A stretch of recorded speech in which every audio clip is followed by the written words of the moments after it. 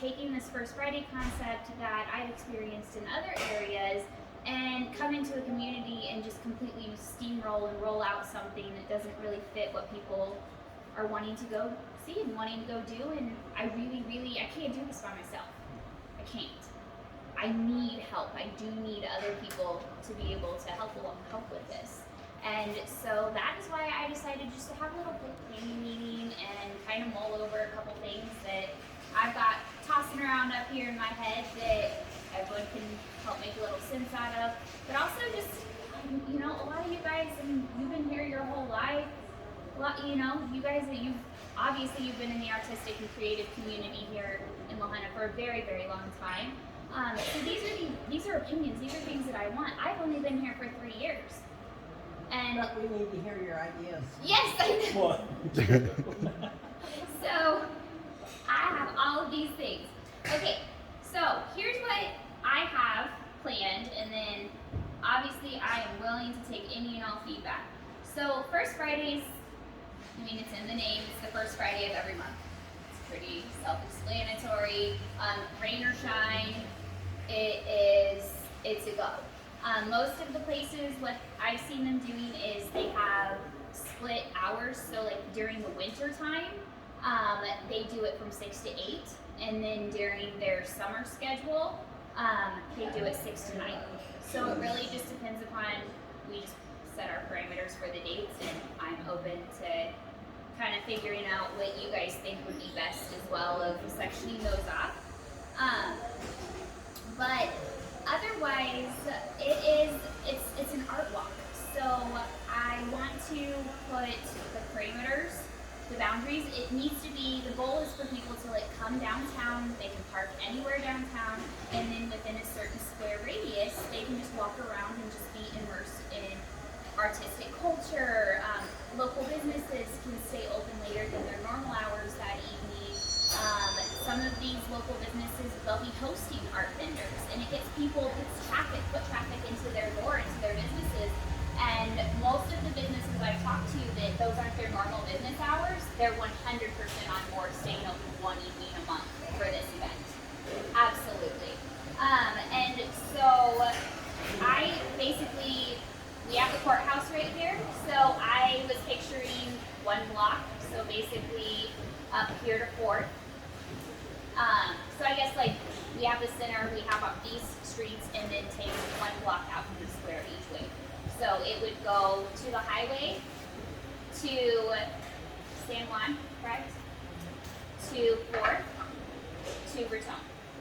And that's that also puts the plaza block in it for when it's ready. Yeah, so then it puts, I kind of feel like that's just where we should start. If we have incorporating other businesses on the map outside of this walking radius, I feel like we should keep it simpler at first, and then as it becomes a thing and grows and expands, then we expand the radius. How does everybody feel about that? Okay. So, tell me the boundaries again that you're thinking. So, and it's both sides of the street. So we've got 4th, San Juan, all the way to the highway, all the way to Raton, and then all the way up to 4th, and then back. So it would, and if you're on 4th and you're on this side of the street, we're gonna include you because it's still right there. But it's just because people can walk across the street. That'd be silly. But nope, it's this side of the boundary only, even though you're already You right can't there. ever tell anybody they can't participate anyway. No. You have to let them. No, and so as far as what's going to be included on the actual little map that we pass out and everything, it's going to be that radius. That's going to be who's marked on the map. And so, oh yeah. And if other people want to have art events and stuff, please promote it. Do stuff like that on Friday evenings. Advertise for that. But for the actual physical map. Otherwise, we're going to have a map of the entire valley, and then it's not going to be an art walk anymore. So, There wouldn't be anything wrong with that, though. with expanding it, I would love to do that eventually, yes. I would love it to, but I don't know, I'm like so conflicted because I don't just want to bite off more than we can chew at So first. I don't think you should do it at first, but if somebody at the college wants to do something, then I think we just put a little note at the bottom Oh, of the yeah, map yeah, and yeah, yeah. say, With an asterisk and say, yeah, here up at the Kivo, there's this going on, or at Otero College, an art show going on that evening. Yeah. Come on in. No, that's a great idea. I like that. And we can add them as just kind of like a little, if you want to take a little hopper, jump over, Yeah. then here's our little areas that we've added that are just outside of the areas. Perfect. I don't plan on doing any street closures for this. So, I don't think you would need to unless you had vendors. and we're going to just try to utilize some of the alley areas where there's pockets, and then sidewalk vendors. And so I'm not planning to do any street closures. I had somebody ask about that. All businesses, vendors, and participants, they're going to, in order to be placed on the map, they're going to just fill out a little registration, and they will just check a box that basically attests that they're authorized to legally operate in the city of La Junta, and First Fridays does not hold any liability for any sort of vendors or anything that come and try to participate, and as long as they check that box, then First Fridays is absolved of the liability for if somebody decides that they're gonna roll up a food truck but they're not licensed or they don't have a permit, then if they get a ticket, they get a ticket. I cannot regulate all of that. So that's gonna be that all business vendors, participants, they just basically are going to certify that they're legal with the city of La Junta to get placed on the map. At this time, because I really want this to take off, so a lot of the First Fridays, they charge fees. They charge a fee for all of the vendors to participate and be placed on the map. And from what I understand, they use that to like pay for their website hosting and flyers and so on and so forth. So to start with, I'm not gonna do these. I really feel like I don't want there to be any barrier to entry right now, and that this is something I'm very passionate about. So as far as the stickers and then the flyers that'll be printed, I'm just gonna sponsor those through my business at first. And I'm just hosting a page on my website so that I don't have to purchase a whole separate one right now. So that's kind of what I've done because I don't want to have any sort of barriers for people to participate in this.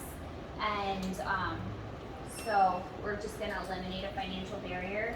And I don't really anticipate even contemplating introducing any sort of fees until the spring, until it becomes like a big thing and I'm needing help organizing and matching up people with things. And so right now it is just strictly going to be run on a volunteer basis only, and that's why I said I need all hands on deck. Anybody that's willing to help put flyers up, pass them out, make sure that we've got artists put in and connect them with whomever is hosting them that month so they can get their displays put up. My only thing that I have left is suggestions for participants. So we've already reached out to SECCP, we've reached out to the Fine Arts League. Are there any other key organizations, businesses that I'm just kind of missing that? I think you'll probably have to talk to each one of them individually, won't you? I've talked to a lot. I've gone and I've walked through to a bunch of the businesses here. Pretty much almost every single one I've talked to so far is 100% on board. So they just they said, tell me where to register. And I've got these stickers. So they're vinyl window clings. So they'll be able to go up in the windows of window, door, whatever, of every single business that's a participant, so that we can tell people, hey, First Friday events and you're wondering if a vendor is going to be open late that night, keep these up month long, because then they're like, oh my gosh, so The candy shop. The candy shop is going to participate. They don't usually have extended business hours, so they said, okay, we'll put this in the window so people know if they can't come during their regular business hours. All right. That we will go ahead and, oh yeah, okay, so the first Friday I can come from 6 to 8 during the winter and 6 to 9 during the summer, so we can enjoy that. And why don't we just look at everything else going on down there as well? So I got all of these just to be able to give to everybody every business that registers. Are you gonna have a central place for Like a hub. This will be my hub. The very front part is actually going to be like a little mini art gallery, so we'll have a table and everything set up. And in here, I think that we're looking at doing like open mic type of stuff in this portrait studio area. And then I think I will in here have some tables for a couple vendors to be able to, I think that's how we'll maximize all of this space inside here. We also have a hub Fine Maker Space. They are a partner. They're going to be a hub, so they'll have stuff to get merch, they'll have stuff to pick up, they'll have flyers to be able to pick up, as well as they'll be getting a little stack of those for the businesses that are going to participate, as well as SECO News. That's right. Yep. So we'll be supportive as far as promotions, and then it's really nice having an office within the boundaries there. So yeah, we'll be participating. And We'll so have those will announcements. be our 3 hubs around the square, to where if anybody gets lost or confused, or they just need something, or they have questions, or they're looking for something specific that they saw, then they can stop at one of those 3 places, and there will always be somebody there to answer the questions for that every single first Friday. you have somebody on Raton that says they would participate? Not yet. Because I can't think of it. The only thing I can think of bikes that is like the theater and Lucy's and stuff like that, by having it past Colorado. I would think they would be included anyway. Yeah. I don't know what you There's think. really not. Raton is just kind of just to extend it. I kind of just did like this out here, but I don't have anybody. Everyone that's to the Raton area is like on the inside of it. There's nobody on the other side unless they host, unless the senior center hosted something. Yeah. Or it became a thing that we needed extra space for it and rented out the space. So like, are you having like local artists like set up something in one of the businesses, and then that'll be like a location that you can go stop at to see Yeah. so-and-so's work? Okay. Yeah. So like if the high school got their art students and did a whole display, they picked a business to put the display in, then okay. And the goal is that they'll actually reveal it that night for First Friday. They'll come in and put their installation in sometime during that week.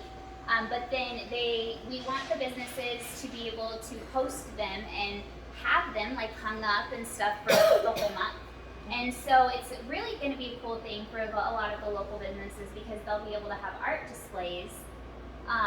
But the quote unquote catch is in exchange for being able to have this lovely art and stuff on your wall is that it is for sale. So the artists do get to sell their stuff, and it puts everything out there so that they have their little cards and the contact cards, and their stuff will be all for sale.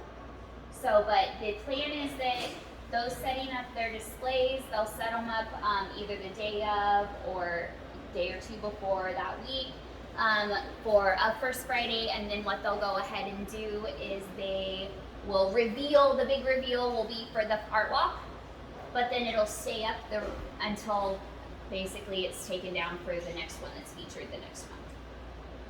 So, but yes, so one of the key things for this is really encouraging our artists to be able to have a place to sell their things. And it's not even just, it's all types of creatives, all types of makers, candle makers, soap makers, I know some of them, as long as they follow the proper rules, the people that like can or do baked goods, or they obviously have to follow the proper cottage laws and everything for the state. But some of the vendors will be, you know, bakers. There's all kinds of different things that it's pretty much if you're a maker of any type, you're a maker, creator, you are welcome here. It is not just photographers. It is not just painters. It is everybody who's a creator, and it's for all ages. I know I specifically, for my area up front, I want to focus on the youth in our valley. So I really want for my display every single month to be our youth. And so the murals were all done by Cadence and her friends, and it's the youth. The youth in the valley did all of this. And so we all know that I like to wear my teacher hat, even though I don't teach right now, technically in a school. I'm still teaching in other ways. But I'm very passionate about our youth and showing them that you can have a creative career, and that art is not just a hobby. It can be a hobby. It's a great hobby, but it doesn't have to be. It can also be a lucrative career. So, does anybody have any questions? So if the artists are selling, does that mean to like restock during the month, or is it like it's gone and done at that point? That's a really good question. Say it again, please.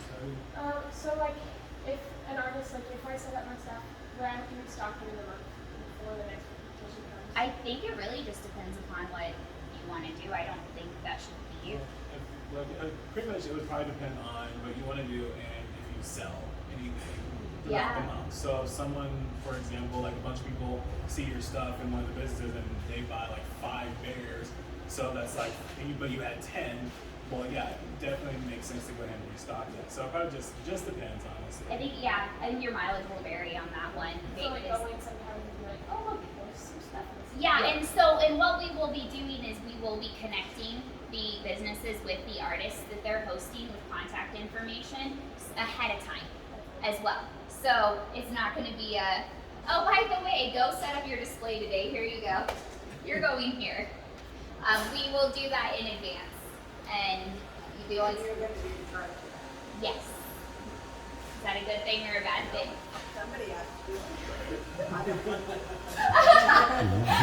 That was it. She hopes I'm in charge of that because she does not want to be in charge of that. I will be in charge of that. And my intern, I have an intern from BOCES, Kalisa. She is helping me, and I voluntold Cadence that she's also helping me. She wants to. But between myself and 2 teenagers, we've got a solid brain going on. So we can keep this together. And I think that there's enough people that are interested in helping, even people who aren't artists themselves, that are interested, they want this here. So I feel like this is going to be very community based, and that's why I'm not charging the fee or anything up front, because if I charge a fee, then people are like, well, then you can do it yourself. I need all the help I can get, so we're just gonna make this happen. That's the goal, out of the financial barriers. And then, yeah, that's pretty much all I have for all of it. Does anybody else have any questions? So like I do custom stuff. So would we do like custom order sheets and stuff? You and business can, cards? yes. So the artists will be free to take commissions during the art walk. So you can take orders. I'll have my brochures. It's like, what is the word I'm searching for? I'll have my brochures set out. I'll have people, I might probably run like a little promo that if you book during this, then you get something. Or so if you book during First Friday, you'll get something, because, you know, I like to do things like that. So yeah, a lot of people, some people talked about doing like little promos, but yes, all of the artists, they're free to take commissions. You can hand out cards, so on and so forth. But you can also have items. And one thing that's really nice that I've seen that some people are doing for the artists is, so you do your display. And so you maybe have like 5 pieces, just for a general number, that you're displaying at the place of business. And that's what's gonna, those are your main ones that you're probably gonna have up all month long. But the actual event night, you might have a little table with a whole bunch of extra stuff out too. And so it'll be really, really nice because the businesses will be hosting the artists all month long, but the vendors, as far as like the makers and stuff like that are selling all of their stuff, or baked goods, obviously they can't keep baked goods there the entire month. Those will be set up more for the art walk itself, because those are cash and carry type of items. And so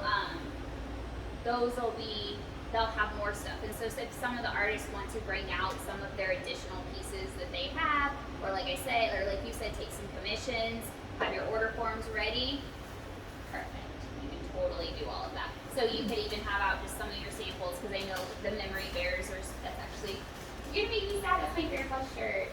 My grandpa just passed away, and so she made a memory bear for one of my kiddos, and I'm like, she's making 2, but that one's a dead one. And so you could have like a sample of a memory bear, and then you can have your order forms, because obviously they're made specifically with somebody's specific shirt in mind. So it's not just generic fabric. So you could have a sample of a memory bear, but then you can have an order form for people to go ahead and get some orders placed and stuff as well. Yeah. And the first Friday is going to be October 7th.